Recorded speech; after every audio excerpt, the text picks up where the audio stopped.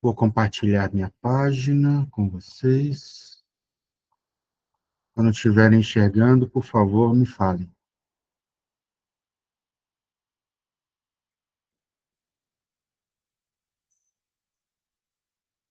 Já conseguem ver? Ok. Obrigado. Obrigado, Java. Hoje vamos para nosso sexto shiur, né? Sexto encontro do estudo do livro de Gálatas. Esse será o fim desse estudo. Nós vamos fazer o capítulo 5 e o capítulo 6 hoje. E depois o livro que nós vamos estudar será o livro de Romanos. E ao final eu vou informar para vocês a data que nós iremos começar ao estudo do livro de Romanos, tá bom? Deixa eu só liberar mais algumas coisas aqui. Ok. Vamos orar. Achamos que essa noite seja uma noite proveitosa, seja uma noite onde possamos aprender mais, compreender mais, e assim ficar mais claro para nós a sua vontade e a forma de obedecer e de cumprir a tua palavra, Senhor. Ser com cada pessoa que entrou, aqueles que não puderam entrar, tu conheces o motivo de cada um, Senhor, mas aqueles que aqui estão possam ser abençoados, Senhor, com esta palavra, em nome de Yeshua.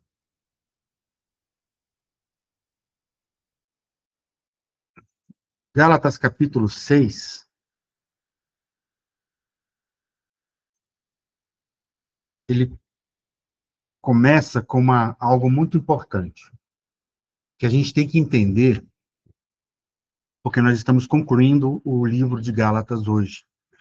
Então, a gente tem que entender um pouquinho o que tem a ver as instruções do Eterno, até mesmo a respeito da pessoa de Shaul, com as bênçãos que o Eterno determinou e depositou sobre Yaakov. O que um tem a ver com o outro, né? E quando a gente fala isso, a gente começa a ver os escritos de Shaul, que ele tem uma abordagem muito ampla, né, nos seus textos. E aí, para começar a entender isso, a gente vai lá em Atos, capítulo 9, verso 13 a 16, que diz assim: E respondeu Ananias: Senhor, há muitos ouvi acerca deste homem, quantos males tem feito aos seus santos em Jerusalém. E aqui tem poder dos principais sacerdotes para prender a todos os que invocam teu nome. Disse-lhe, porém, o Senhor: Vai, porque este é para mim um vaso escolhido, para levar o meu nome diante dos gentios, dos reis e dos filhos de Israel. E eu lhe mostrarei o quanto deve padecer pelo meu nome. Então, nós vemos que existe uma conexão da bênção dada a Jacó, a Abraão e a Isaac, que a palavra iria se espalhar, né? E que o seu povo seria muito numeroso, como as estrelas do céu e como as areias do mar. Então, Shaul aqui, né? Yeshua está falando com Shaul, sobre Shaul, que ele será uma pessoa que levará essa mensagem àqueles que estão dispersos, aqueles que estão misturados entre os povos. E aí, quando a gente vai para a bênção lá de Jacó, e disse-lhe o Eterno, né? O teu nome é Jacó, não será mais chamado o teu nome Jacó, mas Israel será o teu nome. E chamou o seu nome Israel. Disse-lhe mais o Eterno: Eu sou o Deus Todo-Poderoso. Frutifica e multiplica-te. Uma nação, sim, uma multidão de nações sairá de ti. Reis procederão dos teus lombos. Então veja que aqui tem uma relação muito forte com o que Yeshua fala sobre o objetivo também de Shaul. Mateus 15, 23 e 24, a gente vê uma passagem que Yeshua, ele diz a sua missão, né? Então ele diz lá, ó, Mateus 15, 23, mas eles não lhe respondeu palavra. E os seus discípulos, chegando a ele, a Yeshua, rogaram-lhe, dizendo: Despede-a, que vem gritando atrás de nós. E ele, respondendo, disse: Eu não fui enviado senão as ovelhas perdidas da casa de Israel. E essas ovelhas perdidas da casa de Israel está dentro das nações, está espalhada dentre os povos. E aí, você vê que há uma ligação entre a bênção de Jacó, o que Yeshua fala, o que Shaul tem como propósito para levar essas palavras de acordo com a instrução dada por Yeshua, porque isso está ligado com Oséias, capítulo 9, verso 1, que diz: Não te alegres, ó Israel, não exultes como os povos, porque ao prostituir-te abandonaste o teu Deus, amaste a paga de meretriz sobre todas as eiras de trigo, ou seja, Israel, as ovelhas perdidas, as 10 tribos, se misturaram, abandonaram ao Senhor, né? E se misturaram dentre as nações. Porém, nós sabemos que sempre existe o recomeço, o retorno, a techuvá, e é isso que o Eterno está fazendo a partir do que ele fala em Ezequiel, capítulo 34, do verso 11 ao 16, e do verso 23 ao verso 31, que diz assim: E assim diz o Senhor Deus, eis que eu mesmo procurarei minhas ovelhas e as buscarei, como o pastor busca o seu rebanho no dia em que está no meio das suas ovelhas dispersas. Assim buscarei as minhas ovelhas, e livrá-las-ei de todos os lugares por onde andaram espalhadas, no dia nublado e de escuridão. E tirá-las-ei dos povos, e as congregarei dos países, e as trarei à sua própria terra, e as apacentarei nos montes de Israel, junto aos rios e em todas as habitações da terra. Em bons pastos as apacentarei, e nos altos montes de Israel será o seu aprisco. Ali se deitarão num bom redil, e pastarão em pastos nos montes de Israel. Eu mesmo apacentarei as minhas ovelhas, e eu as farei repousar, diz o Senhor Deus. A perdida buscarei, e a desgarrada tornarei a trazer, e a quebrada ligarei, e a enferma fortalecerei, mas a gorda e a forte destruirei, apacentá-las-ei com juízo. Ressuscitarei sobre elas um só pastor, que é Mashiach, e ele as apacentará.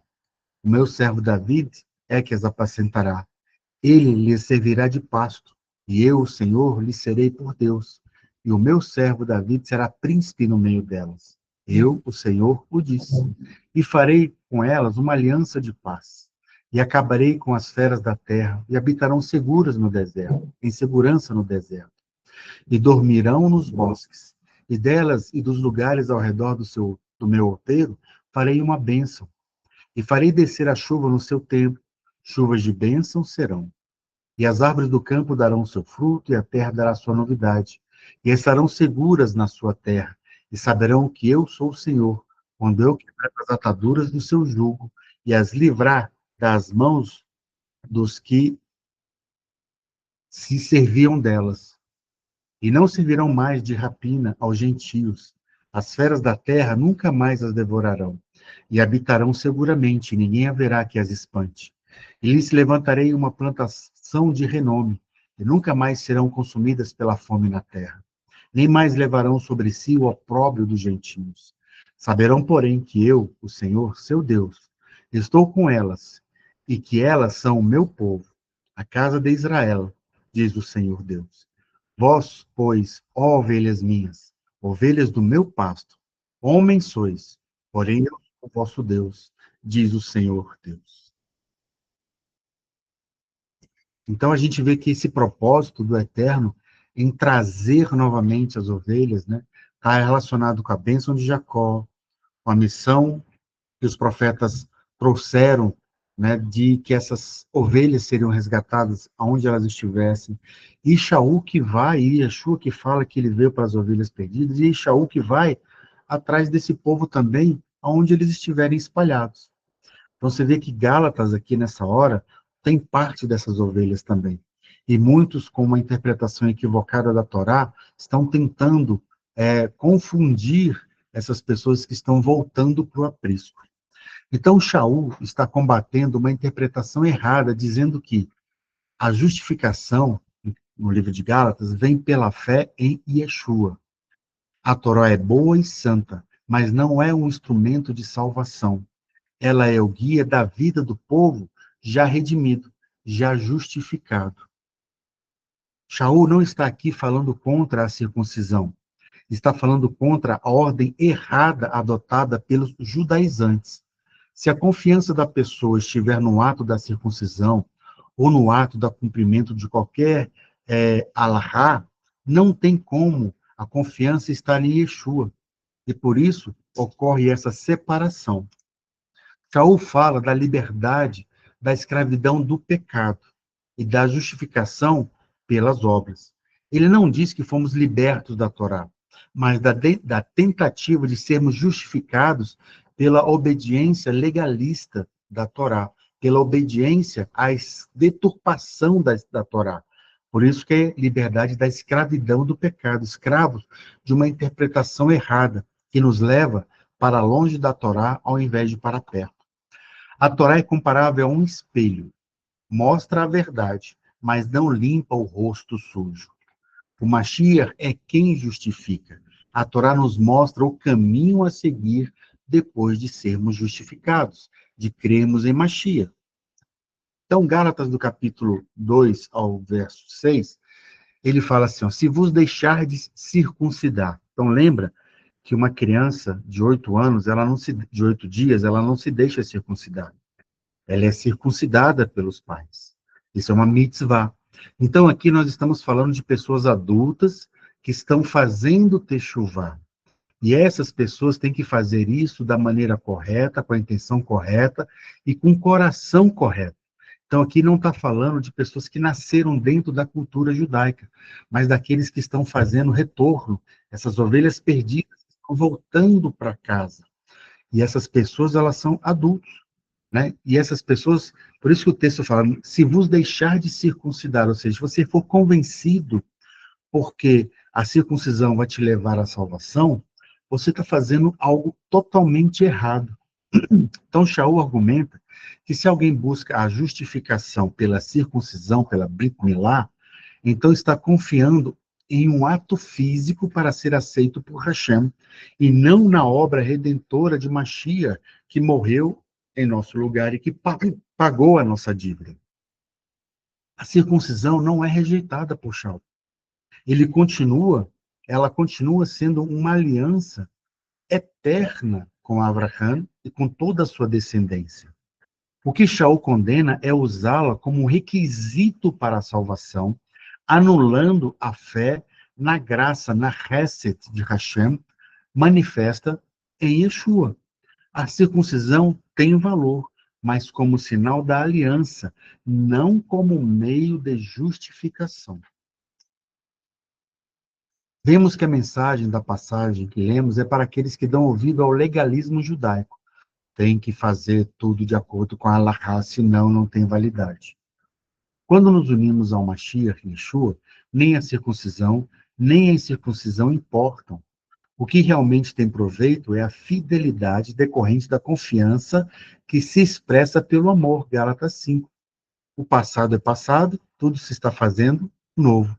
Então, quando ele fala que nem a circuncisão, nem a incircuncisão importam, porque eles não importam para a justificação. Não é ela que vai me justificar, mas é crer em Mashiach que me traz a justificação. Estamos falando de sermos aceitos por Hashem mediante a Yeshua. Nossa expressão de amor é demonstrada pela obediência aos mandamentos de Hashem.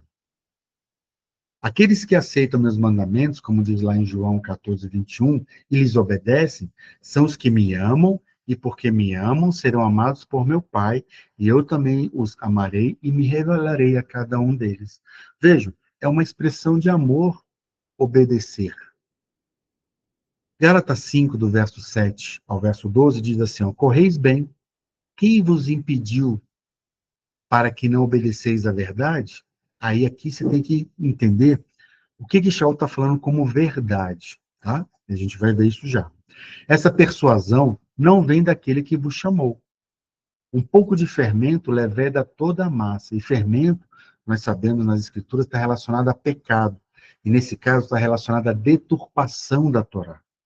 Confio de vós no Senhor que nenhuma outra coisa sentireis. Mas aquele que vos inquieta, seja ele quem for, sofrerá condenação. Ou seja, aquele que quer trazer uma palavra diferente, uma deturpação da Torá, essa pessoa sofrerá condenação. Por quê? Porque ela não está andando na Torá de Hashem, mas sim na sua deturpação. Eu, porém, irmãos, se prego ainda a circuncisão, porque sou, pois, perseguido, então a Shaul aqui afirma que ele prega a circuncisão, não como meio de justificação, mas como demonstração de amor e obediência a Hashem. Logo, o escândalo da cruz está aniquilado. Eu queria que fossem cortados aqueles que vos andam inquietando.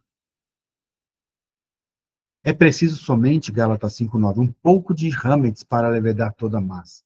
Shaul cita as mesmas frases, nos ensinando assim o que o legalismo é. Esse hametz, que dá aparência errada. Aqui referindo-se à observância legalista da Torá. E João 17:17 nos diz o que é verdade, porque nós lemos logo no primeiro versículo, né? Correis bem, quem vos impediu para que não obedeceis à verdade?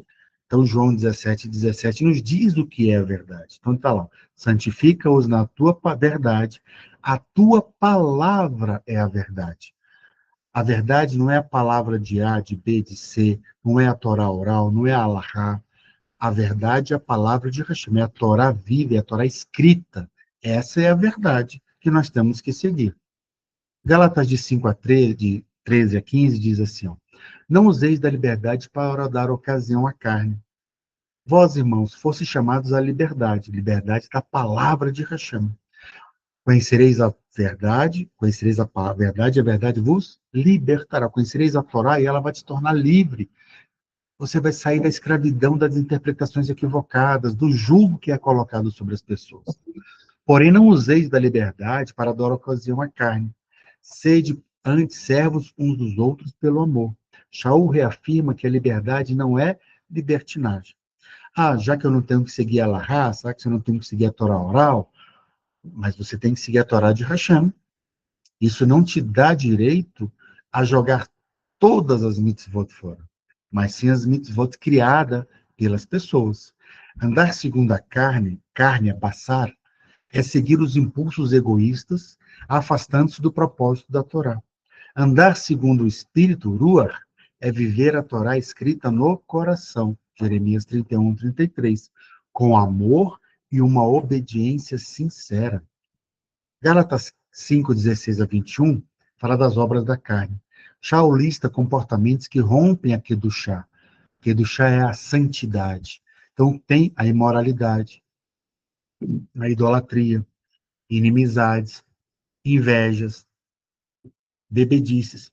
E tudo isso está relacionado a uma vida longe da Torá. Porque se você vive a Torá, nenhuma desses elementos, né, você vai estar praticando na sua vida. Essas obras da carne são o oposto da vida guiado pelo Ruach, guiado pela Torá, pela fé, que é espiritual. O homem que vive na carne vive segundo o Yetzer Hará, a inclinação para fazer tudo aquilo que te afasta de Hashem. Já aquele que anda no Ruach, no espírito, vive guiado pelo Yetzer Hatov, fortalecido pelo espírito de Mashiach, que todos nós temos.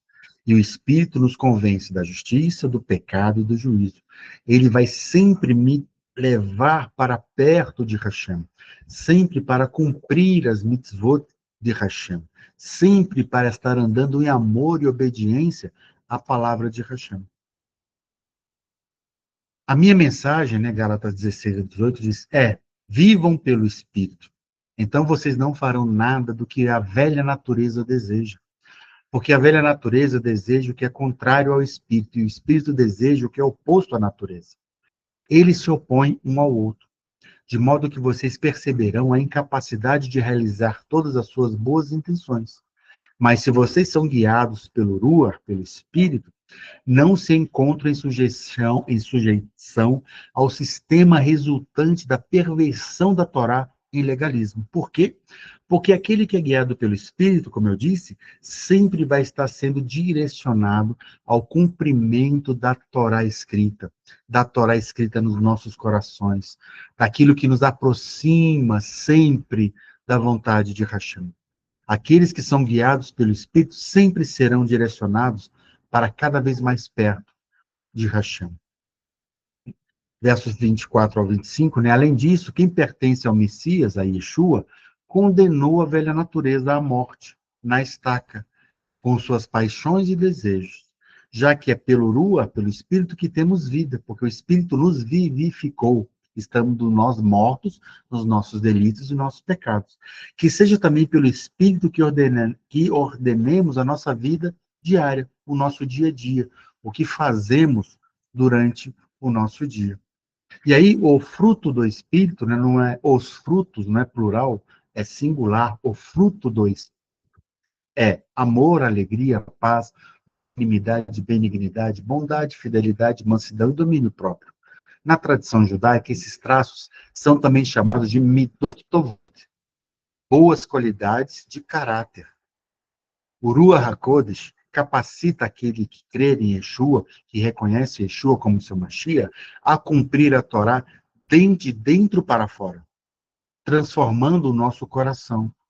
O fruto, que é singular, mostra que o Espírito produz um caráter unificado e íntegro, não apenas comportamentos isolados, esporádicos, mas algo contínuo na sua vida, que é um processo de transformação contínuo que nós temos através da renovação da nossa mente, com o Espírito trabalhando em nosso ser. Gálatas 5, 24 a 26, os que são do Mashiach crucificaram a carne. Os que pertencem a Mashiach, Yeshua, né? A expressão crucificar a carne significa matar o ego, matar o eu, no sentido de o eu negativo. Deixar de viver segundo Ani, eu, o que eu quero, o que eu desejo, o que eu penso, o que eu acho, segundo, para viver segundo a vontade de Hashem. A nova vida em Yeshua é a transformação interior, não apenas uma observância exterior através de rituais, alahá, uma aparência para que os outros vejam, mas algo que acontece em nosso interior. Shaul agora mostra como se comporta quem anda no Espírito, restaurando o irmão com mansidão, servindo uns aos outros, sem orgulho, sem desistir de fazer o bem, entendendo que a verdadeira marca do Mashiach é interior, não ritual, não na halahá. Gálatas capítulo 6 fala para gente, no verso 1 assim, ó, se alguém for surpreendido em alguma falta, né? Irmão, se alguém for surpreendido em alguma falta, vós que sois espirituais, restaurai o tal com espírito de mansidão e cuidai de ti mesmo, para que nenhum sejas também tentado. O verbo restaurar aqui no grego, katartizo, significa reparar, consertar algo que se quebrou. É um conceito muito próximo no judaísmo da palavra tikkun, usado em tikkun olam, restauração do mundo, ou restauração daquilo que você tem uma responsabilidade. Shaul ensina que dentro da Kehilá, dentro da comunidade, se alguém tropeçar, os espirituais devem ajudá-lo a fazer techuvá, a fazer o retorno, com mansidão, anavá, sem julgamento. Isso é a aplicação prática do mandamento amarás o teu próximo como a ti mesmo. Levítico 19, 18. Gálatas 6,2 diz, levai as cargas uns dos outros, e assim cumprireis a Torá do Mashiach. Shaul não está abolindo a Torá, ele fala da Torá do Mashiach, a Torá segundo a ótica de Mashiach, segundo o ensino correto de Mashiach, ou seja, a Torá vivida com amor e graça, interpretada e encarnada através de Mashiach. Yeshua mesmo disse, um novo mandamento vos dou, que vos ameis uns aos outros.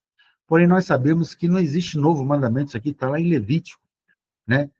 Esse novo, Hadash, não é inédito, mas é uma renovação, é polir esse mandamento e trazer ele a um estado superior. Cumprir a Torá do Mashiach é viver os mandamentos com um coração transformado e não como uma obrigação legalista, priorizando a misericórdia, compaixão, empatia. E isso é elevar o nível do cumprimento, não só algo para que os outros vejam o que é feito, mas algo que de verdade no seu coração almeja fazer, deseja cumprir por obediência e amor ao próximo. Gálatas 6, 3 a 5, porque se alguém pensa ser alguma coisa, não sendo nada, engana-se a si mesmo. mas prove cada um a sua própria obra, porque cada um levará a sua própria carga.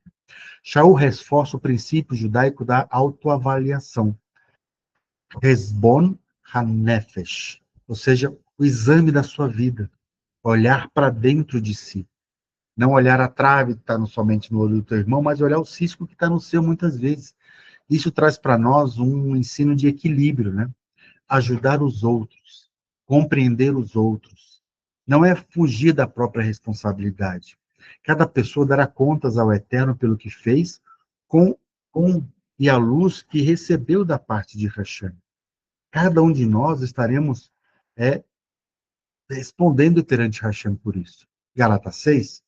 O que é instruído na palavra, faça participante de todos os seus bens aquele que o instrui. Esse é um princípio que é muito difícil das pessoas colocarem em prática. Isso se refere ao sustento dos mestres da Torá. Na Querrilá, quem é ensinado na palavra deve honrar e sustentar os que ministram o ensino. É um princípio de reciprocidade espiritual e material. Gálatas 7-9, o homem, Deus não deixa escarnecer. Tudo que o homem semear, isso também ceifará. Essa é uma aplicação direta do conceito midá keneged midá, medida por medida. Midá keneged midá. O universo moral de Hashem é justo. O que plantamos em ações, intenções e palavras, isso vai voltar, a gente vai colher sobre isso. Quem semeia para a sua carne, da carne colherá corrupção. Quem semeia para o Espírito, do Espírito colherá a vida eterna. Aqui Shaul está falando da semente, zerar nossas ações e escolhas. Veja o que diz lá em Deuteronômio capítulo 11, verso 26 ao verso 28. Coloco perante vós a bênção e a maldição. Ou seja, cada caminho, cada uma das nossas escolhas trará algo para nós. Se nós escolhermos o caminho da bênção, bênçãos virão. Se nós escolhermos o caminho da desobediência, da rebeldia, da maldição, problemas também virão. Então, compete a cada um de nós como nós vamos semear. A semeadura é uma escolha nossa. Agora, a colheita é a consequência do que nós semeamos. Aquele que vive guiado pelo Ruach semeia luz, vida e shalom. Esse verso 9 lembra um princípio da emuná, fé perseverante. Não nos cansemos de fazer o bem. No tempo certo, beetô, a colheita vem.